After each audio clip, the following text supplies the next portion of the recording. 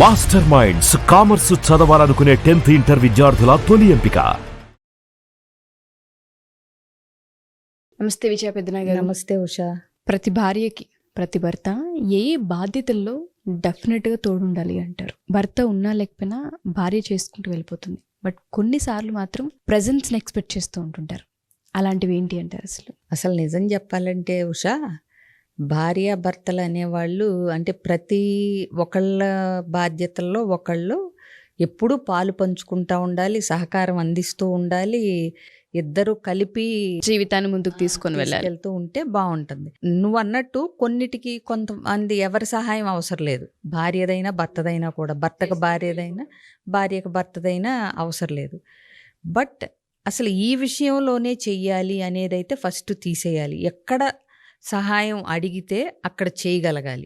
నువ్వే చేసుకోవాలి కదా, ఇది నన్ను అడుగుతావేంటి, ఇలాంటివి అడిగినప్పుడు చేయకుండా ఉండటం అనేది అంత కరెక్ట్ కాదు. అలాగే అడిగేవాళ్ళు కూడా తను ప్రయత్నం చేసి ఇది నా వల్ల కావట్లేదు అనుకున్నప్పుడు అడగొచ్చు.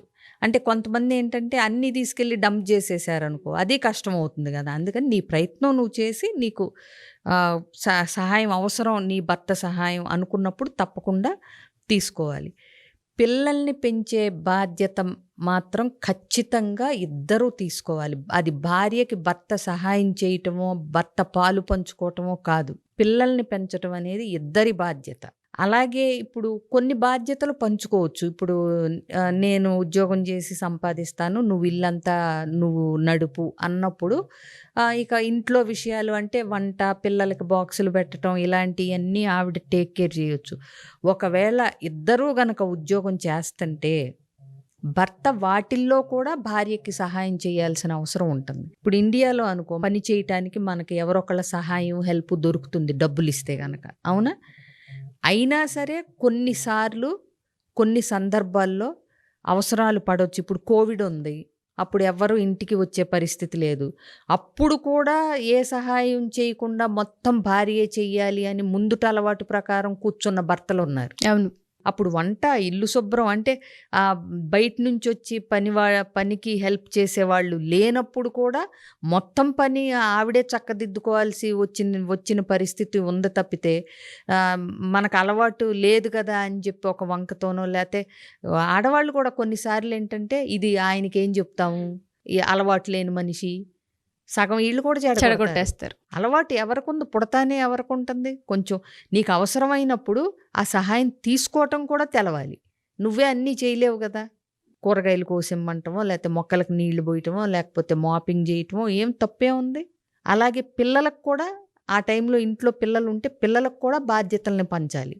వాళ్ళ రూములు వాళ్ళు క్లీన్ చేసుకోవటం, వాళ్ళ దుప్పట్లు వాళ్ళు మడత పెట్టుకోవటం, ఇలాంటివన్నీ.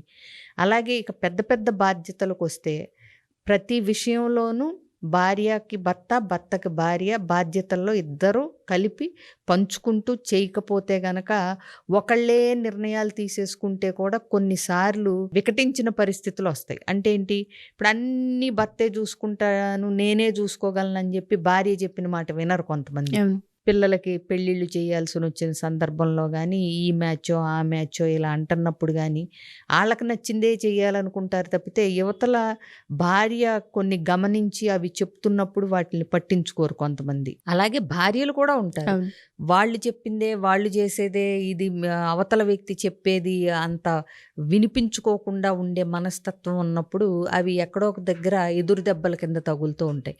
అందుకని ఒకళ్ళు ఎందుకు ఈ పని చేద్దామన్నారు, ఇంకొకళ్ళకి అందులో ఏమి అభ్యంతరాలు ఎందుకు కనిపిస్తున్నాయి అనేది ఖచ్చితంగా ఒకళ్ళొకళ్ళు సంప్రదించుకుని, ఓహో నీకు ఇందుకని ఇది నచ్చలేదన్నమాట, ఓహో నువ్వు ఇందుకని ఇది వద్దంటున్నావు అన్నమాట అనేది వాళ్ళు తర్జన భర్జన ఆ చర్చలు అవి లేకుండా ఒకే డెసిషన్ అన్నట్టు ఇప్పుడు చూడు, ఒకే సందర్భాన్ని ఇద్దరు చూసినప్పుడు రెండు రకాల ఆలోచనలు వస్తాయి. అవును. ఆ రెండు పంచుకుని ఏ ఆలోచన బెటరు అనేది ఇద్దరు గమనించుకుని ముందుకెళ్ళినప్పుడు, అంటే చిన్నప్పటి నుంచి పిల్లలు పుట్టినప్పటి నుంచి పెళ్ళైన తర్వాత మొదలు పెడితే ఏ స్కూల్ అనే దగ్గర మొదలవుతుంది. ఏ స్కూలు బాగా చెప్పే స్కూలు అని ఇది నేను అని భర్త అంటాడు. ఓకే. బాగా చెప్తూ కూడా అందులో మరీ ఎక్కువ ఫీజులున్నాయి. ఇదే లెవెల్‌లో బాగా చెప్తూ తక్కువ ఫీజులున్న దీనికంటే తక్కువ ఫీజున్న స్కూల్ బెటర్ గదా! అని రెండో వాళ్ళు సలహా ఇచ్చినప్పుడు అది వినిపించుకునేంత మంచి పాయింటా కాదా? అవును. ఇట్లాగే ప్రతి విషయంలో కూడా భార్య ఏదన్నా అంటే ఉద్యోగం చేస్తూ ఉన్నప్పుడు ఇంటి బాధ్యతలు కూడా భర్త కూడా పాలు పంచుకోవాల్సిన అవసరం ఉంటుంది. కొంతమంది బిజినెస్‌ల్లోనో లేకపోతే ఉద్యోగాల్లోనో బాగా బిజీగా ఉండి పిల్లల స్కూళ్ళు ఏం చదువుతున్నారు, ఎలా చదువుతున్నారు, మార్కులు ఎన్నొస్తున్నాయి, లేతే అసలు ఏ విధంగా వాళ్ళు అంటే పెరుగుతున్నారు, ఏ స్వభావం వాళ్ళు అలవరుచుకుంటున్నారు అనేది దృష్టి పెట్టకుండా అన్నీ భార్య మీద వదిలేసి అంటే మేము బిజీ కష్టపడుతున్నాం, డబ్బులు తెస్తున్నాం, మిగతాది మొత్తం పిల్లల్ని అన్నీ భార్యే చూసుకోవాలి అని చెప్పి వాళ్ళు ఏదైనా సరే పిల్లలు నచ్చని పనులు చేసినప్పుడు నీ పెంపకం ఎలా ఉంది, అవును. ఏం చేస్తున్నావు చూసుకోవాలి కదా. సో చూసుకోవాలంటే మరి తండ్రిగా నువ్వు చేయాల్సినవి ఉన్నాయి కదా, అవి చేయకుండా అన్నీ తల్లి మీద వదిలితే తల్లిని వాళ్ళు పిల్లలు అంటే రోజు ఉండే ఇంటరాక్షన్స్తో తల్లి చెప్పిన దాన్ని తేలిగ్గా తీసుకోవటమో తల్లిది అంటే చనువుతో వినిపించుకోకపోవటమో చేస్తారు టీనేజ్లో వచ్చేసరికి. మరి తండ్రిగా నీ బాధ్యత ఏంటి? చాలా ఇళ్లల్లో ఇప్పుడు చూస్తుంటే తండ్రి కూడా పిల్లలు ఏం చదువుతున్నారు, ఎలా చదువుతున్నారు అని పట్టించుకున్న పిల్లలకి మొత్తం తల్లి మీదే వదిలేసిన పిల్లలకి తేడాలు కనిపిస్తున్నాయి. అందుకే ఇప్పుడు పేరెంటింగ్లో ఈక్వల్ రెస్పాన్సిబిలిటీ తల్లి తండ్రిది ఇద్దరిది. సో పిల్లల పెంపకంలో మాత్రం ఖచ్చితంగా భర్త బాధ్యత తీసుకోవాలి. ఇది మెయిన్. ఎందుకంటే వీళ్ళ జీవితమే పిల్లల చుట్టూ పెనవేసుకుంటారు, అవునా? సో అలాంటి విషయాల్లో అట్లాగే భార్య భర్తలు ఇద్దరు ఒకళ్ళ అంటే ఆరోగ్యం పట్ల ఇంకొకళ్ళ బాధ్యత వహించాలి. అంటే ఒకళ్ళు ఏదన్నా ఉన్నా అబ్బాయి ఏం వెళ్తాంలే, ఏం చూసుకుంటాంలే, మందులు వేసుకోవటం మర్చిపోతూ ఉంటారు, హాస్పిటల్కి వెళ్ళటానికి బద్దకిస్తూ ఉంటారు. అలాంటప్పుడు ఇంకొకళ్ళు ఖచ్చితంగా ఆ రెస్పాన్సిబిలిటీ తీసుకుని ఎలా ఉంది అవతల పార్ట్నర్ ఆరోగ్యం అనేది ఖచ్చితంగా శ్రద్ధ పెట్టాలి. ఇది పెట్టకపోతే వాళ్ళ తప్పు అవుతుందని కాదు, కానీ వాళ్ళు కూడా కొంతమంది చాలా తేలిగ్గా తీసేసుకుంటారు. అంటే నొప్పి వస్తుంది, అబ్బాయి ఏం వెళ్తాంలే ఇప్పుడు డాక్టర్ దగ్గరికి, 4 రోజుల్లో ఇదే తగ్గిపోతుంది అలా. మరి ఏమవుతుంది అనేది కొంచెం చూసుకుంటూ ఇద్దరు ఒకళ్ళ పట్ల ఒకళ్ళు, ఎస్పెషలీ కొంచెం పెద్దవాళ్ళు అయిపోయిన తర్వాత, ఇవి అంటే వయసులో ఉన్నప్పుడు ఆరోగ్యంగా ఉన్నప్పుడు ఇవి పెద్ద మ్యాటర్ అవ్వదు. బట్ కానీ ఒక రిటైర్మెంట్ ఏజ్ వచ్చినప్పుడు రెండో వ్యక్తిని కూడా గమనిస్తూ ఒకళ్ళ ఆరోగ్యం పట్ల మన ఆరోగ్యం పట్ల మనకు ఎలాగూ శ్రద్ధ ఉండాలి, అవతల వ్యక్తిని బ్లేమ్ చేయకూడదు. కానీ భార్య భర్త కూడా కాస్త చూసుకుంటూ ఏమవుతుంది, రోజు ఇలా ఉండే మనిషి వాళ్ళు ఎలా ఎందుకుంది. కొంతమంది రోజు చలాకీగా ఉండే మనిషి పడుకున్నా పెద్ద పట్టించుకోరు. అవును. అంటే ఎందుకు పడుకుంది, రోజు ఇలా ఉండదు కదా అనే ఆలోచన ఉండాలి. నువ్వు చెప్పలేదు కదా అంటారు, కరెక్టే. కానీ చెప్పకపోయినా రోజు గలగలా మాట్లాడుతా తిరిగే మనిషి వాళ్ళ కామ్గా పడుకుంది అంటే ఏదో బాగున్నట్టే కదా. అది అంటే కాస్త ఆ బాధ్యత, ఆ కన్సర్న్ ఖచ్చితంగా ఇద్దరికి ఒకళ్ళ మీద ఒకళ్ళకు ఉండాలి. అలాగే ఫైనాన్షియల్ మ్యాటర్స్లో కొన్నిసార్లు వాళ్ళకి అవసరాలు ఉన్నప్పుడు పట్టించుకోరు కొంతమంది. నీకు ఇప్పుడు అదేమంత విషయమా, ఇదేమంత విషయమా అంటారు.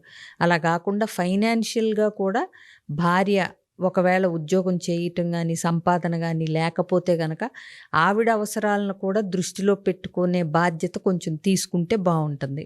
అందరూ అన్ని రకాలుగా ఉండలేరు. కొంతమందికి అడగటానికి మొహమాటం, ఎంత భర్త అయినా సరే, అవునా? సో ఇచ్చిన డబ్బులు అయిపోయిన తర్వాత మళ్ళీ అడగాలంటే కొంతమంది ఏమో ఇచ్చిన డబ్బులు దుబారా చేసేసి మళ్ళీ పోట్లాడి మరీ తీసుకుంటారు. అందుకని రకరకాలు ఉంటారు. సో మీ భార్య మనస్తత్వం ఎలాంటిది, మీ భర్త మనస్తత్వం ఎలాంటిది అనేది చూసి తన దగ్గర ఉన్నాయో లేదో అడగాలంటే అభిమానపడుతుంది, మొహమాట పడుతుంది, అడిగేంత చనువు కూడా ఇవ్వగలగాలి. భర్త దగ్గర భార్య భయపడుతూ బ్రతికేలాగా భర్త ఉండకూడదు. అది కూడా ఒక బాధ్యత. ఏ సమస్య ఉన్నా నీ దగ్గరకు వచ్చి చెప్పుకుంటే నువ్వు వింటావు అనే నమ్మకాన్ని ఒక భర్త భార్యకి కలిగించగలగాలి. లేకపోతే ఏమవుతుందంటే అన్నీ ఆవిడ తనలో తను పెట్టేసుకుని చెప్పటానికి భయపడిపోయి ఇవన్నీ అయినప్పుడు ఓవరాల్గా కుటుంబానికి అనర్థాలు జరుగుతాయి. చెప్పట్లేదు అనుకోండి అంటే ఏదో దాచిపెడుతుంది, దాచిపెట్టడం వల్ల అనర్థాలు ఉంటాయి కదా. ఎందుకు చెప్పలేకపోయింది? నువ్వంటే భయం వల్ల. ఆ భయం అనేది ఉండకూడదు. భార్యకి భర్త పట్ల గౌరవం ఉండేలాగా ఉండాలి, కానీ భయం ఉండేలాగా భర్త బిహేవియర్ ఉండకూడదు. ఒక రకంగా చెప్పాలంటే ఒకళ్ళ బాధ్యత ఒకళ్ళది, హోలిస్టిక్గా ఉండాలి తప్పితే నువ్వే ఈ చేయాలి అన్నట్టు పనులు భాగం పంచుకోవటం వేరు. నువ్వు ఇల్లు, నేను ఆఫీసు, డబ్బులు అని. బట్ దానిలో కూడా సహాయ సహకారాలు ఉండాలి, ఇంకా పూర్తిగా వదిలేసినట్టు కాదు. సపోజ్ భర్తకి ఏదన్నా అనారోగ్యంతో ఉద్యోగం పోయిందనుకోండి, భార్యకు ఆ కేపబిలిటీ క్వాలిఫికేషన్స్ ఉంటే ఆవిడ నిలబెట్టిన సంసారాలు ఎన్నో ఉన్నాయి. అవును. అలాగే భార్యకు అనారోగ్యం కానీ ఏదన్నా వస్తే డబ్బులు సంపాదనతో పాటు ఇల్లు బాధ్యత మొత్తం చక్కబెట్టిన భర్తలు ఉన్నారు. అంటే అవసరాన్ని బట్టి భార్యాభర్తలిద్దరూ ఒకళ్ళకొకళ్ళు అన్నట్టుగా ఉండాలి తప్పితే ఇది నీదే, ఇదే నీది, ఇది నాది అని గిరిగీసుకోకూడదు. అది నేను అనేది. Wonderful ma'am. ఎందుకంటే బాధ్యతలు అనేవి ఇద్దరికి ఉంటూ ఉంటాయి, బట్ వాటిని అవసరాన్ని బట్టి ఎలా మోయాలన్నదే ఇంపార్టెంట్. అవును. థ్యాంక్ యూ విజయపెద్దిన గారు. Thank you so much.